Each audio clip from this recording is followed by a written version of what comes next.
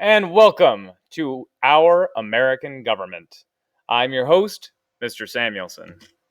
Last time we were together, we looked at the structure and principles of the Constitution. That is, how it is organized and what it hopes to accomplish. Today, we're going to be looking at the three branches of the U.S. government. Just a quick look today at the legislative, executive, and judicial branches. Let's begin, though, with just a reminder of why we have them. This is the principle of separation of powers. The Founding Fathers created these three branches intentionally to limit the power of government.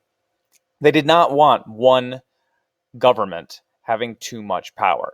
And by creating three branches for the three main powers, they were able to weaken our government. The legislative branch is one of those branches. It is called Congress. In the United States, our Congress is divided into two chambers to further weaken it. We have the House of Representatives and the Senate. Now, the Constitution of the United States gives Congress certain expressed powers. These are the powers that are in the Constitution. They can be found. And most of these expressed powers are enumerated powers. They're called enumerated powers because they are actually numbered powers. There are 18 of them listed in the U.S. Constitution as expressed enumerated powers of the U.S. Congress. We'll get into the details of these when we look at the legislative branch more deeply later in this course. The elastic clause, though, is an important thing for us to put out right away.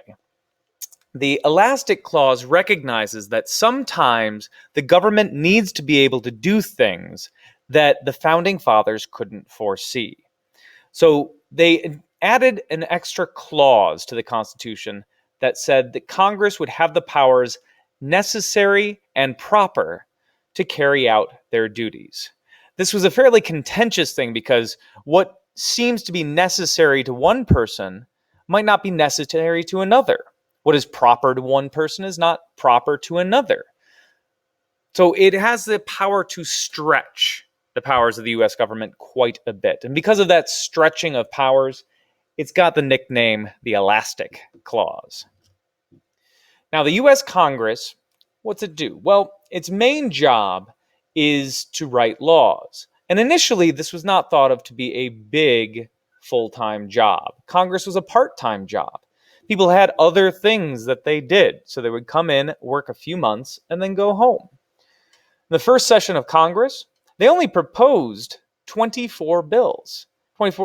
These are proposed laws, things that they want to become laws. Only 24.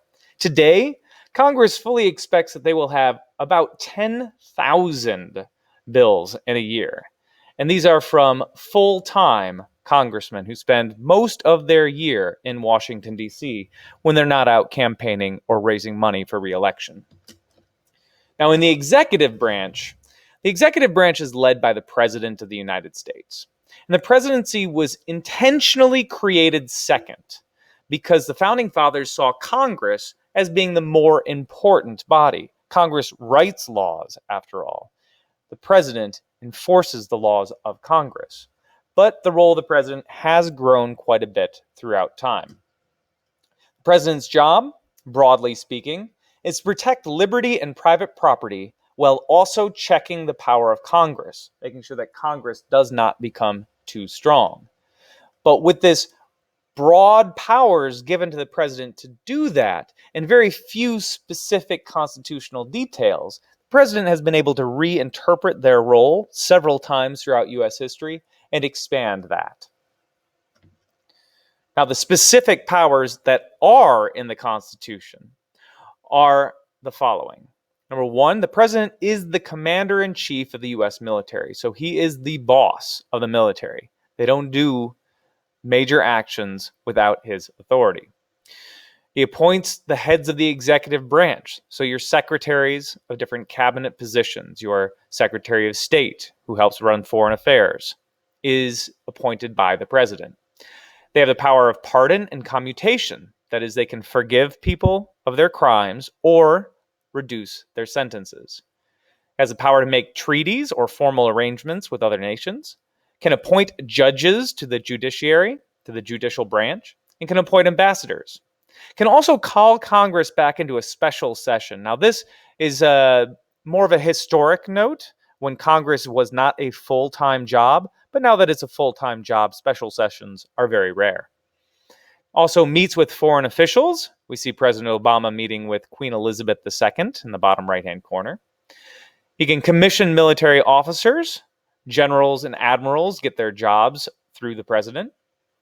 And finally, and this one is a bit up to interpretation, they are supposed to faithfully execute the laws of Congress. Congress passes a law, the president is supposed to enforce that, although they don't always do that. The third branch is the judicial branch. It was created by Article 3 of the Constitution, but they only created the Supreme Court. The Supreme Court was the only initial federal court, but Congress did have the power to create additional courts, and they pretty quickly saw the need to do so, and the judicial branch quickly expanded to include other courts. But the Supreme Court does have the final say on all judicial matters. Jurisdiction is important for us to understand here. Jurisdiction is the idea of who has the right to try a case. Does it go to one court or does it go to another? Now, in the US, we have a dual court system, two different court systems. We have state systems and federal systems, which falls in line with our principle of federalism discussed in the last lesson. Federal courts have jurisdiction over federal laws. So any law passed by Congress, the federal court system has authority on, jurisdiction on. But most of the laws that we encounter in our daily lives are not federal laws. They are state laws. Everything from a speeding ticket to homicide is going to be governed in a state court, not in a federal court, unless it was done on a few specific federal lands.